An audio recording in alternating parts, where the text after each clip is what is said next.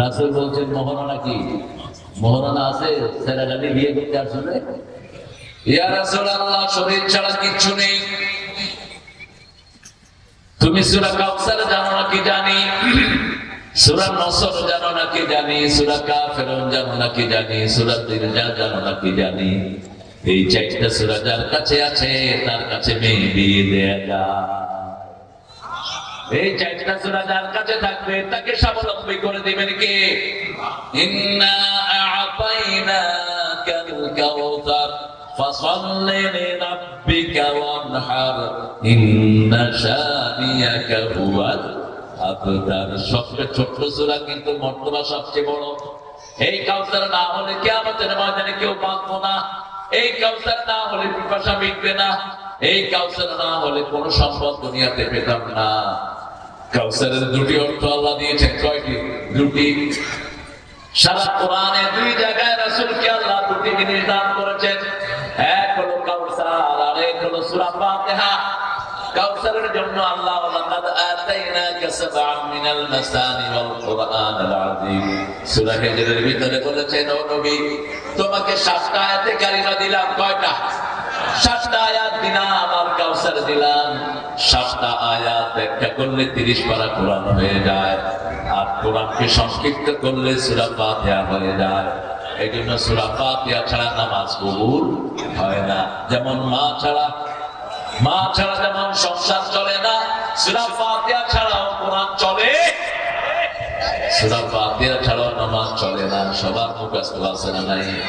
এই সূরা 7টা আয়াত আমল করবেন, 7টা জাহান্নাম হারাম করে দিবেন কে?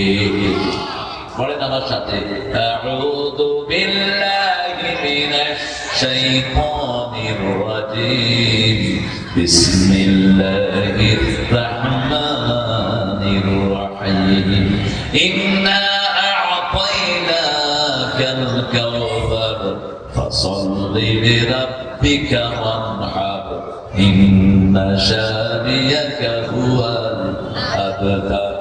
রাসূল সাল্লাল্লাহু আলাইহি ওয়াসাল্লাম কাউসারের এই সংবাদ পাওয়ার আগে কাঁদছিলেন, অঝরে কাঁদছিলেন, চোখ দিয়ে পানি ঝরছিল। আবু লাহাব আনন্দ করছিল রাসূলের সন্তান চলে গেছে। কারণ মানুষের মৃত্যুতে আনন্দ করা হারাম। অথচ এদেশে কিছু কুলাঙ্গার আল্লামা সাঈদীর ফাঁসির ঘোষণা তারা মিষ্টি খেয়েছে।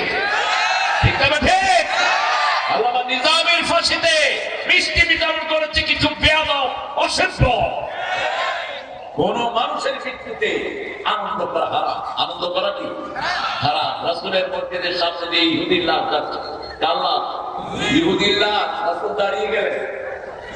সাহাবায়ে কেরাম বললেন, this is the dead body of Jewish person, হাদা মাইতাতুল ইয়াহুদ।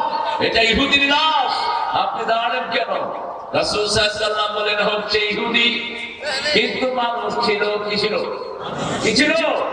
মানুষ ছিল। আমরা কি মানুষ? মানুষের জন্য সমবেদনা প্রকাশ করবে, এটাই স্বাভাবিক। কোন মানুষের মৃত্যুতে আনন্দ করা জায়েজ নাই। সেজন্য যেই মারা যাবে, যদি তিনি মুসলমান হন, আমরা পড়বো ইন্না লিল্লাহি ওয়া ইন্না ইলাইহি রাজিউন। আর যদি অন্য ধর্মের হয়, আল্লাহর জিম্মায় ছেড়ে দিলাম। কার জিম্মা? আল্লাহর জিম্মায়। কিছু বলার দরকার নাই। ফি জিম্মাতিল্লাহ, আল্লাহর জিম্মায় চলে গেছে। সে যদি ভালো আমার কিছু থাকে, আল্লাহ হয়তো তাকে দেখবেন। বিচারের একমাত্র মালিক কি? আমি জান্নাতেরও ফয়সালা দেব না, জাহান্নামেরও ফয়সালা দেব না। কাউকে জান্নাত দিয়ে বলবেন না, জাহান্নাম দিয়ে বলবেন না। হারাম বলা নিষেধ। আপনি বলবেন আল্লাহ যেন তাকে জান্নাত দিয়ে দেয়। বলি আমি, আল্লাহ যেন তাকে জাহান্নাম থেকে মুক্ত করে দেয়। মুক্তি করার মালিক কে? আল্লাহ রাব্বুল আলামিন। রাসূল সাল্লাল্লাহু আলাইহি ওয়াসাল্লামের ছেলে মারা গেল কাসেম। বয়স ছিল 8 বছর। রাসূলের মতোই ছিল চেহারা, অনিন্দ সুন্দর একজন মানুষ। রাসূলের চেহারা ছিল ইব্রাহিম আলাইহিস সালামের মতো। আবার রাসূলের চেহারা পেয়েছেন ওনার প্রিয় নাতি হুসাইন রাদিয়াল্লাহু আনহু। হাসান হুসাইনকে রাসূল বলতেন রাইহানাতুল জান্নাহ। দুইজন ছিলেন জান্নাতের খুশবু। জান্নাতের কি খুশবু? সুগন্ধি, স্মেল অফ প্যারাডাইস। জান্নাতের সুগন্ধি ছিল দুজন। এজন্য শিশুদেরকে কখনো বাঁকা চোখে দেখবেন না। শিশুদেরকে কখনো নোংরা ভাবে ঠিক করবেন না। শিশুদেরকে আদর করবেন। আপনাকে রাসূল উম্মত করে গ্রহণ করে নেবেন। সুবহানাল্লাহ।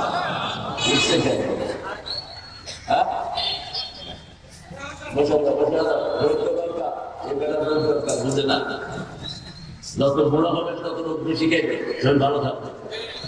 ভিটামিন ডি এর এটা হলো বিশাল ক্যাপা। এই জন্য বাংলাদেশের লোকদের হাঁটু ব্যথা, এক ব্যথা কম, কারণ রোদে ঘুরে।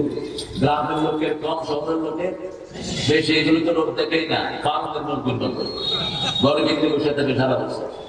এটা অসম্ভব রকমের রোদে, এই রোদের ভিতরে হাজার রোগ সব এটা খাবেন, শরীরে লাগাবেন, একদম আনকাবার করে দিবেন শরীর। দেখেন না কৃষি যারা করে তাদের রোগ ব্যাধি কি হয়? কম। জোরে বলেন না। ওরা সারাদিন কি ঘাটে? মাটি ঘাটে, রোদ খায়, এই জন্য ওদের রোগ ব্যাধি কম হয়। রাসূল সাল্লাল্লাহু আলাইহি ওয়াসাল্লাম আবু লাহাবের সাথে ওনার সম্পর্ক ছিল চাচা এবং ভাতিজা। রাসূলের একই দাদি না, একই দাদির ঘরে এসেছেন হামজা, একই দাদির ঘরে এসেছেন আবু তালেব, একই দাদির ঘরে এসেছেন আব্দুল্লাহ। আব্দুল মুত্তালিবের অসংখ্য স্ত্রী ছিল, এর মধ্যে একজনের 3টা সন্তান ছিল। 3 সন্তানের নাম হলো আবু তালেব, হামজা আর আব্দুল্লাহ। কথা বুঝতেছেন তো? এই 3 জন ছিল আপন ভাই, বাকি ছিল অন্যান্যরা। আবু লাহাব তার বান্দিকে ছেড়ে দিয়েছে রাসূলের জন্মের পরে দুধ পান করানোর জন্য। সেই বান্দি দুধ পান 1 মাস করিয়েছে। রাসূলকে দুধ পান করানোর কারণে এই আঙ্গুল দিয়ে সেই বান্দি তাকে আযাব করে দিয়েছে। বুখারীতে ইবনে আব্বাসের বর্ণনায় হাদিস এসেছে, আবু লাহাবের সারা শরীর আগুনে পুড়বে, কিন্তু এই আঙ্গুলটা পুড়বে না। কোন আঙ্গুল? জোরে বলেন। এই আঙ্গুল পুড়বে না, কারণ এই আঙ্গুল দিয়ে রাসূলের জন্য বান্দি আযাব করেছে। আপনি যদি ঈমান না থাকা সত্ত্বেও রাসূলকে ভালোবাসেন, আপনাকে বরকত দান করবেন কে? আপনার ঈমান নাই, আপনি নামাজ পড়েন না, রোজা রাখেন না, কিন্তু রাসূলকে ভালোবাসেন, আপনার ঘরে রহমত দিবেন কে? কারণ রাসূল আছে যেখানে রহমত আছে। যেমন হালিমা সাদিয়া যখন রাসূলকে ঘরে নিলেন, উনি মুমিনা ছিলেন না, কিন্তু তিনি বলছেন যখনই আমি রাসূলকে আমার করে নিলাম আমার সব রোগ ভালো হয়ে গেল। যখনই মুহাম্মদকে আমার গাধায় উঠালাম আমার গাধা আগের চেয়ে দ্রুত চলতে লাগলো। আমি 3 ঘন্টা পরে মক্কায় ঢুকেছি, এখন সবার আগে আমি মক্কা আমার বাড়ি চলে গেছি। আমার বাড়ি যখন গেলাম কূপের ভিতরে পানি ছিল না, গিয়ে দেখি কূপ পানিতে ভর্তি হয়ে আছে। আমার ছাগল, আমার দুম্বার পাটে দুধ ছিল না, গিয়ে দেখি দুম্বার পাটগুলো দুধে ভরপুর হয়ে আছে। আমার খেজুর গাছে অল্প খেজুর ছিল, গিয়ে দেখি খেজুর ভরে মাটি ছুঁই ছুঁই করছে। রাহমাতাল লিল আলামিন, তিনি সব দুনিয়ার বরকত ছিলেন, ঠিক না ঠিক? আবু তালেব বলতেন যতদিন মুহাম্মদকে নিয়ে খেতে বসেছি কোনোদিন খাওয়ার অভাব হয়নি। মুহাম্মদকে সবার শেষে খাওয়াতাম, কারণ মুহাম্মদকে রেখে দিলেই সবার খাওয়া পরিপূর্ণ হয়ে যেত। যে কোনো বিচারে আমি মুহাম্মদকে পাশে বসিয়ে রাখতাম। লোকেরা বলতো একে পাশে বসাও কেন?